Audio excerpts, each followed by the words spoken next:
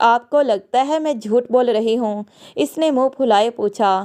منہ کے اتنے کیوٹ زاویے بناؤ گی تو بندہ بشر ہوں، بہک بھی سکتا ہوں۔ اس نے اس کے کیوٹ فیس بنانے پر آئینہ کو شرارت سے چھیڑا تھا، جس پر وہ جھیم سی گئی۔ چھوڑے مجھے، نیند آ رہی ہے، وہ اسے خود سے دور کرتے بولی، جس نے اپنی باتوں میں اس کی اس قدر نزدیکی کو بھلا دیا تھا۔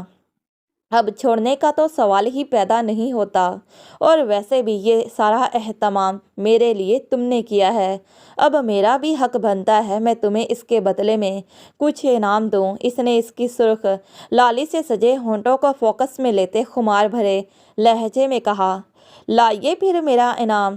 وہ اس کے ہاتھ سے اپنا ہاتھ نکالتے اس کے سامنے اپنی شفاف ہتھیلی کو پھیلائے جلدی سے بولی۔ آئینہ کی اس ایکٹ پر اس کے لبوں پر شریر مسکراہٹ دوڑ گئی، اور ایک بے باک نظر اس کے خوبصورت چہرے پر ڈال کر اس نے اس کی خالی ہتھیلی میں اپنے لمس کا جام انڈیل دیا۔ اس کے لمس پر اس نے کرنٹ کھا کر اپنے ہاتھ کو پیچھے کر لیا اور سخت گھڑی سے نواز کر اس کو دھکا دیا، اور خود سے دور دھکیلتے تیزی سے اس خڑوس خانزادہ کی پہنچ سے دور ہوئی تھی۔ جانے دے مجھے نہیں رہنا آپ کے ساتھ، وہ دروازے کی طرف بڑھتی بولی۔ روحان خانزادہ کی حرکت پر اس کا وجود کانپ رہا تھا، اس سے پہلے کہ وہ دروازہ کھول کر باہر نکلتی، جب روحان خانزادہ نے اس کی پشت سے اس کی کمر میں ہاتھ ڈالتے اس کے پیٹ پر اپنی انگلیوں کا دباؤ بڑھا کر اسے اپنی طرف کھینچا تھا۔ پلیز یہ گندی حرکتیں نہ کریں میرے ساتھ۔ کیا ہو گیا ہے آپ کو؟ آپ کیوں اس طرح بیہیو کر رہے ہیں؟ آپ تو خڑوس خانزادہ ہیں نا، وہی بن جائیے نا پھر سے۔ کرتی کے اوپر سے ہی اپنے پیٹ پر سرکتی اس کی بے باک انگلیوں کے لمس پر اس نے تڑپ کر کہا۔ اس کی معصومیت بھرے انداز پر وہ اس کی گردن کو چوم کر مبہم سا مسکرایا۔ دیکھو آج ہماری شادی ہوئی ہے، شادی کے بعد یہی سب ہوتا ہے۔ تمہیں اپنی اس ننھی جان کو میری قربت جھیلنے کے لیے خود کو تیار کرنا ہوگا۔ تمہیں بیبیز پسند ہیں؟ اس نے اس کا رخ ایک جھٹکے سے اپنی طرف گھما کر اچانک پوچھا۔ اس نے اس بات میں سر ہلایا تو وہ گہرا مسکرایا تھا۔ جب میاں بیوی ایک دوسرے کو پیار سے ہگ کرتے ہیں تو بیبی ہوتا ہے۔ اگر تمہیں بھی بیبی چاہیے تو جلدی سے مجھے ہگ کر لو، اس کا فائدہ تمہیں یہ ہوگا کہ تم جلدی سے پریگننٹ ہو جاؤ گی اور تمہارا خود کا بیبی ہو جائے گا، اور جو میں کروں گا اس پر تم بس خاموشی سے میرے ہر ایکٹ پر میرا ساتھ دینا۔ روحان خانزادہ نے اپنی معصوم بیوی کو پیار سے سمجھانے کے بعد اس کی طرف شریر نظروں سے دیکھا۔ ٹھیک ہے، مگر یہ سب ضروری ہے؟ اس نے پریشانی سے پوچھا۔ روحان خانزادہ نے ہنکارا بھر کر محض سر ہلایا، جس پر اس کی رونی صورت کو دیکھ روحان خانزادہ کا دل کیا کہ وہ اپنی معصوم بیوی کی اس ادا پر دل کھول کر قہقہ لگا کر ہنسے، مگر فی الوقت وہ اس کے سامنے یوں ہنس کر اسے خود سے بدگماں نہیں کرنا چاہتا تھا۔ ٹھیک ہے، میں آپ کو ہگ کرتی ہوں، مگر وہ اس کی بات پر ایگری ہوئی، مگر پھر بھی اس خڑوس خانزادہ سے ڈر رہی تھی۔ مگر کیا؟ روحان خانزادہ نے اس کے گالوں پر ہاتھ رکھ کر نرمی سے پوچھا۔ مگر وہ مجھے ڈر لگ رہا ہے، اس نے نروس سے انداز میں آنکھوں کو پٹپٹاتے ہوئے کہا۔ اس کو ڈھیروں پیار آیا اور اس کی گال کو نرمی سے سہلا کر بولا، کچھ نہیں ہوگا تمہیں، میں ہوں نا تمہارے ساتھ، اس نے نرم لہجے میں کہا۔ اس کے ڈھارس بندھانے پر آئینہ نے آنکھیں بند کرتے روحان خانزادہ کو ہگ کر لیا۔ اس کی پیش قدمی پر روحان خانزادہ کے دل میں ڈھیروں سکون اتر گیا۔ چلو اب سو جاؤ، رات بہت ہو گئی ہے، وہ آئینہ کو خود سے دور کرتے بولا۔ وہ اس کے ساتھ اپنی اس خوبصورت رات کو یادگار بنانے کا ارادہ رکھتا تھا، مگر اس کے چہرے کی معصومیت کو دیکھ اس کا دل پھر سے ہار گیا تھا، اور اپنے سرکش جذبات کا گلا خود اپنے ہاتھوں سے گھونٹتے اس کو سونے کا کہہ دیا، کیونکہ وہ اتنی جلدی اس کے چہرے کی معصومیت کے رنگ نہیں چرانا چاہتا تھا۔ بیڈ پر لیٹتے وہ کافی دیر تک سونے کی کوشش کرتا رہا، مگر اسے نیند نہیں آ رہی تھی۔ اس نے آئینہ کی طرف دیکھا جو کب کی سو چکی تھی۔ وہ آہستہ سے سرک کر اس کے قریب ہوا، اس کے خوبصورت چہرے پر بال ہٹائے اور اس کی پیشانی پر اپنے دہکتے ہونٹ رکھ دیے۔ اس کی آوارہ نظریں بے اختیار اس کے لرزتے ہونٹوں پر تھم گئیں، جو شاید اس کے نیند میں ہونے کی وجہ سے لرز رہے تھے۔ اس نے نرمی سے بہت احتیاط سے جھک کر اس کے لبوں کو چھوا۔ اپنی اس حرکت پر اس کے مردانہ ہونٹوں پر بے اختیار مسکراہٹ رینگ گئی۔ اگر وہ جاگ رہی ہوتی تو اس کی اس حرکت پر اس نے اس پر بے شرمی کا ٹیگ لگا کر ابھی تک اس نے پورے خاندان کو اکٹھا کر لینا تھا۔ اس کی خود سے لاپرواہ گہری نیند پر وہ اس کی معصوم حرکتوں کو یاد کرتے گہرا مسکرایا اور اس کی کمر میں ہاتھ ڈال کر اس کی وجود کی خوشبو میں گہرے سانس بھر کر سونے کی کوشش کرنے لگا، جس پر وہ بہت جلد نیند کی گہری وادیوں میں گم ہو گیا۔ صبح روحان کی آنکھ اس سے پہلے کھل گئی تھی۔ وہ صبح خیزی کا عادی تھا، اسی لیے اپنے وقت پر اٹھ بھی گیا، جبکہ اس کے پہلو میں پڑا وجود اس کے مقابلے میں اس کی ہر عادات کے برعکس تھا۔ اس نے آئینہ کی طرف دیکھا۔ اس کا خوبصورت چہرہ اس کے کھلے بالوں میں چھپا ہوا تھا۔ اس نے اس کے چہرے سے بال ہٹا کر اس کے چہرے کی طرف دیکھا۔ اس نے ساری رات اس کے مضبوط بازوؤں کے حصار میں گزار دی تھی اور اسے کچھ خبر ہی نہ ہو سکی۔ اس کی بے فکری نیند پر اس نے نفی میں سر ہلایا اور اس کے گال کو تھپتھپایا۔ آئینہ اٹھو یار، نماز کا وقت ہو رہا ہے، نماز پڑھ لو۔ اس کی گال کو تھپتھپا کر اس نے ذرا سختی سے کہا، کیا ہے یہ صبح صبح خڑوس خانزادہ کیوں میرے سر پر سوار ہو گئے ہیں؟ سونے دے مجھے، نیند آ رہی ہے۔ وہ اٹھنے کی بجائے کروٹ بدلتے نیند میں ہی بڑبڑائی تھی۔ آئینہ اٹھ جاؤ ورنہ میں تمہیں اپنے طریقے سے جگاؤں جو تمہیں بالکل بھی پسند نہیں آئے گا۔ اس کو اٹھتے نہ دیکھ روحان خانزادہ نے اس کو وارننگ دی، کیونکہ اس کی نائٹ ڈریس کی شرٹ ڈھلا کر اس کے دودیا کندھے کو عریاں کر رہی تھی، جس پر روحان خانزادہ کی برداشت جواب دے رہی تھی۔ اسے اٹھتے نہ دیکھ اس نے اس کی شرٹ سے جھانکتے اس کے مخملی بدن پر نرمی سے لب رکھے تھے۔ اس کے دہکتے لبوں کے لمس سے اسے کرنٹ لگا تھا اور اس نے ایک جھٹکے سے کروٹ بدل کر اس کی طرف دیکھا تھا، جس کی بھوری آنکھیں اس کی قربت کی چاہ میں سرخ ہو رہی تھیں۔ رات بھر میرے اتنے قریب ہو کر بھی مجھ سے دور رہ کر تم نے مجھے سولی پر لٹکائے رکھا اور اب بھی تم مجھے اپنی ان معصوم حرکتوں سے بے ایمان کر رہی ہو۔ نوٹ فیئر وائفی، اس کے ہاتھوں کو تکیے کے ساتھ پن کرتے اس نے خمار سے چور لہجے میں کہا اور اپنے منہ زور جذبات کے آگے ہار مانتے وہ اس کے ہونٹوں کو شدت سے اپنے ہونٹوں میں لے کر اس کی سانسوں کو انہیل کرنے لگا۔ آئینہ پھٹی نظروں سے خود پر جھکے روحان خانزادہ کو دیکھ رہی تھی۔ وہ مزاحمت کرنا چاہتی تھی، اس پہاڑ کو خود پر سے دور دھکیلنا چاہتی تھی، مگر اس کے بے رحم شکنجے میں وہ بے بسی سے پھڑ پھڑا کر رہ گئی۔ وہ تا دیر اس کے لبوں پر جھکا اپنی پیاس کو بجھاتا رہا اور خود کو سیراب کرنے کے بعد اس نے اس کے ہونٹوں کو رہائی بخشی تھی، جس پر وہ کروٹ بدلتی گہرے گہرے سانس لیتی اپنی بکھری سانسوں کو بحال کرنے کی کوشش کرنے لگی۔ اب اٹھ گئی ہو تو نماز پڑھ کر ہی سونا۔ اس سے پہلے کہ وہ سنبھلتی وہ جلدی سے اپنی کہتا کمرے سے باہر نکل گیا۔ وہ 3 گھنٹے بعد واپس کمرے میں آیا تھا، مگر اب وہ گہرے نیلے رنگ کی میکسی میں خود پر پرفیوم چھڑکتی جیسے نیچے جانے کو تیار تھی۔ اس کی کمرے میں موجودگی کو دیکھ اس نے روحان خانزادہ پر ایک لاپرواہ نظر ڈال کر اس کو اگنور کر دیا۔ شادی کی پہلی صبح بہت بہت مبارک ہو۔ مجھے نہیں پتا تھا تمہارے ہونٹوں کا ٹیسٹ اتنا ڈیلیشیس ہوگا۔ اس کے ہونٹوں پر وہ بے باکی سے اپنے انگوٹھے کو رب کرتے بولا۔ اس کا دل مچلا اور وہ اس کے ہاتھ کو جھٹک کر منہ پر ہاتھ رکھتے واش روم کی طرف بھاگی تھی۔ روحان خانزادہ بھی پریشانی سے اس کے پیچھے گیا، جہاں وہ واش بیسن پر جھکی الٹیاں کر رہی تھی۔ اس نے اس کے پاس آ کر اس کی پیٹھ کو سہلایا تاکہ وہ تھوڑا ریلیکس ہو سکے اور پانی کا نل کھول دیا۔ جب وہ تھوڑا پرسکون ہوئی تو اس نے اس کا منہ صاف کیا اور ٹاول سے اس کے گیلے چہرے کو صاف کرتے پوچھا، اگر طبیعت زیادہ خراب ہو رہی ہے تو ڈاکٹر کے پاس لے چلتا ہوں۔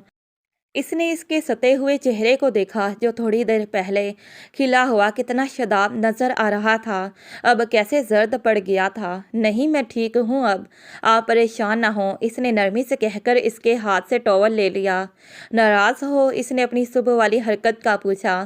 نہیں تو، اس نے نظریں جھکائے کہا، جبکہ صبح والی اس کی حرکت کو یاد کر کے اس کے گال ایک بار پھر سے شرم سے دہک اٹھے تھے۔ تمہاری تیاری تو خراب ہو گئی، وہ شرارتاً نچلے لب کا کونا دبا کر بولا۔ ایسا کرو، تم اپنا حلیہ سیٹ کرو، میں تب تک فریش ہو کر آتا ہوں، پھر ہم ساتھ میں باہر چلیں گے۔ وہ اس کے خوبصورت سراپے پر ایک نظر ڈال کر بولا اور فریش ہونے واش روم چلا گیا۔ وہ جیسے ہی چینج کر کے آیا تو دیکھا کہ وہ دشمن جاں کمرے میں اسے کہیں دکھائی نہیں دی۔ آئینہ کے بات نہ ماننے پر روحان خانزادہ کو اس پر شدید غصہ آیا۔ واٹ ربش! وہ غصے سے بڑبڑایا۔ اس نے گہرے سانس بھر کر اپنے غصے کو ٹھنڈا کرنا چاہا، مگر اس کا غصہ کم ہونے کی بجائے بڑھتا ہی جا رہا تھا۔ وہ ڈریسنگ ٹیبل پر جو بھی چیز اٹھاتا، کبھی کنگھی تو کبھی پرفیوم کی بوتل، اسے واپس غصے سے پٹک کر رکھ دیتا۔ اس کی ہر حرکت میں غصہ جھلک رہا تھا۔ تیار ہونے کے بعد وہ اپنی تیاری کا آخری جائزہ لیتے دروازے کو دھڑام سے بند کرتا کمرے سے باہر نکل گیا۔ وہ نیچے آیا تو خوشگوار ماحول میں کھانا کھایا جا رہا تھا۔ وہ سب کو سلام کرتے ایک غضبی نظر آئینہ پر ڈال کر کرسی گھسیٹ کر بیٹھ گیا۔ آیان، تم یہاں آ کر بیٹھو، اور آئینہ تم جاؤ روحان کے پاس بیٹھو۔ شادی کے بعد تم دونوں کو چاہیے تھا اپنا پہلا ناشتہ اکٹھے بیٹھ کر کرتے۔ میں تم دونوں کا ناشتہ تمہارے کمرے میں بھجوانے والی تھی، مگر آئینہ نے منع کر دیا کہ روحان نے بولا نیچے سب کے ساتھ ناشتہ کریں گے۔ دادی جان روحان کی طرف دیکھتے کہا، جس پر روحان خانزادہ نے آئینہ کو گھوری سے نوازا، مگر وہ اس کی گھوریوں سے بے نیاز اپنے کھانے کی پلیٹ پر جھکی ناشتہ کرنے میں مصروف تھی۔ دادی جان، میری بھی خواہش تھی کہ میں شادی کے بعد پہلا ناشتہ آپ سب کے ساتھ مل کر کروں۔ اس نے چہرے پر زبردستی مسکراہٹ سجائے کہا، وگرنہ دل تو اس کا کر رہا تھا کہ وہ اس چٹانگ بھر کی لڑکی کا گلا دبا دے جو شادی کے بعد اسے دکنی کا ناچ نچا رہی تھی۔ کیوں آئینہ، میں ٹھیک کہہ رہا ہوں نا؟ اس نے گلا کھنکار کر آئینہ کے کان میں جھک کر کہا، جس پر آئینہ نے جلدی سے اس کی تائید میں سر ہلاتے کہا، جی جی کیوں نہیں، روحان ٹھیک کہہ رہے ہیں۔ دادی جان کو ان پر ڈھیروں پیار آیا اور انہوں نے ان دونوں کی خوب بلائیں لی تھیں۔ کھانے کا دور ختم ہوا تو سب لاؤنج میں آ کر بیٹھ گئے۔ خوش گپیوں کا دور چل رہا تھا۔ آئینہ اپنی کزنوں کے گھیرے میں بیٹھی باتوں میں مصروف تھی۔ وہ سب کل ولیمے میں اپنی تیاری کے بارے میں تبادلہ خیال کر رہی تھیں۔ آئینہ ان سب سے زیادہ پریشان اور کچھ کنفیوز سی نظر آ رہی تھی۔ وہ ولیمے میں اپنی لک کو لے کر پریشان تھی کہ وہ دلہن ہے، اسے سب سے ہٹ کر تیار ہونا چاہیے۔ آئینہ، تم پریشان کیوں ہوتی ہو یار؟ ہم ہیں نا، دیکھنا تم کل کے فنکشن میں سب سے الگ لگو گی، اس کی کزن الشبہ نے کہا، اور تمہاری تیاری کو دیکھ روحان لالا بھی تم سے اپنی نظریں نہیں ہٹا پائیں گے۔ روحان خانزادہ کی بہن ریحانہ نے لقمہ دیا، جس پر اس کے چہرے کے تاثرات میں ذرا کمی آئی۔ مجھے ایک اور بات بھی پریشان کر رہی ہے، وہ تھوڑی دیر بعد بولی۔ اب کیا پریشانی ہے میری بنو رانی کو؟ الشبہ نے اس کی گال پر ہاتھ رکھتے شریر لہجے میں پوچھا۔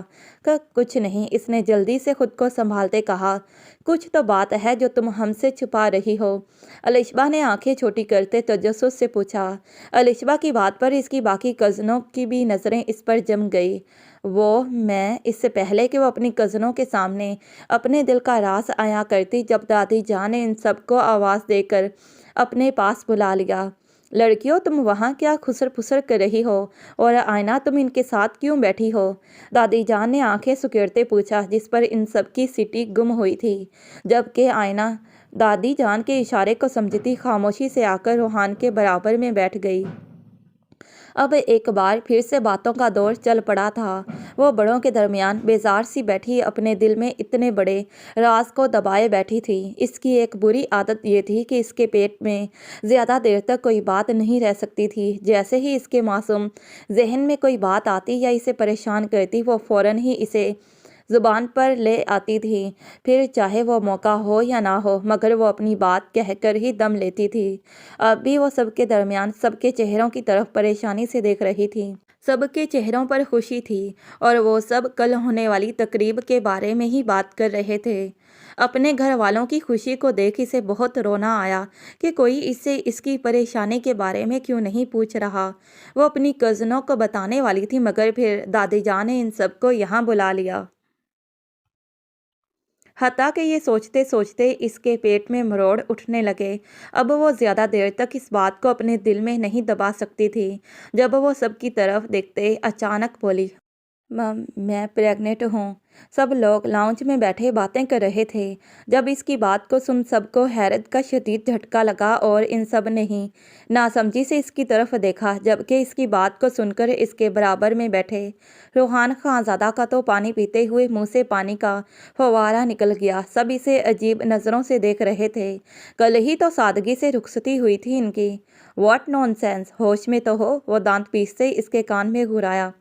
جھوٹ تھوڑی بول رہی ہوں، رات کو آپ نے گلے لگا کر خود ہی تو کہا تھا نا کہ صبح تک پریگننٹ ہو جاؤ گی۔ آپ کی بات سچ ثابت ہوئی اور صبح مجھے وامٹنگ بھی ہوئی تھی، بھول گئے آپ؟ اس نے اس قدر معصومیت سے کہا تھا کہ وہاں پر موجود سب لوگوں نے بے اختیار اپنی مسکراہٹ دبائی، جبکہ وہ غصے سے وہاں سے اٹھ کر اپنے کمرے میں چلا آیا۔ کیا کہہ رہی ہو پاگل؟ ہوش میں تو ہو! روحان خانزادہ کے غصے سے اٹھنے کی وجہ سے الشبا نے اس کے کان کے پاس جھکتے سرگوشی میں کہا، میں سچ کہہ رہی ہوں، صبح مجھے وامٹنگ ہوئی تھی اور صبح انہوں نے مجھے… بس ابھی وہ ان سب کے سامنے مزید اپنی گزری ہوئی رات کی گل افشانی کرتی جب دادی جان کی غصے بھری آواز کو سن کر وہ اپنے لبوں کو سلتے وہیں سہم گئی۔ عافیہ بیگم، اسے اپنے کمرے میں لے کر جاؤ، اس سے پہلے کہ یہ بیوقوف لڑکی اپنے رشتے کی حقیقت یوں سب کو بتا کر اپنے رشتے کو رسوا کرے۔ اس کو شادی کا مطلب سمجھاؤ۔ دادی جان نے سخت نظروں سے اپنی بہو کو دیکھتے حکم دیا، جس پر عافیہ بیگم آئینہ کو لیے اپنے کمرے میں آ گئیں۔ نیچے کیا تماشا لگایا ہے تم نے؟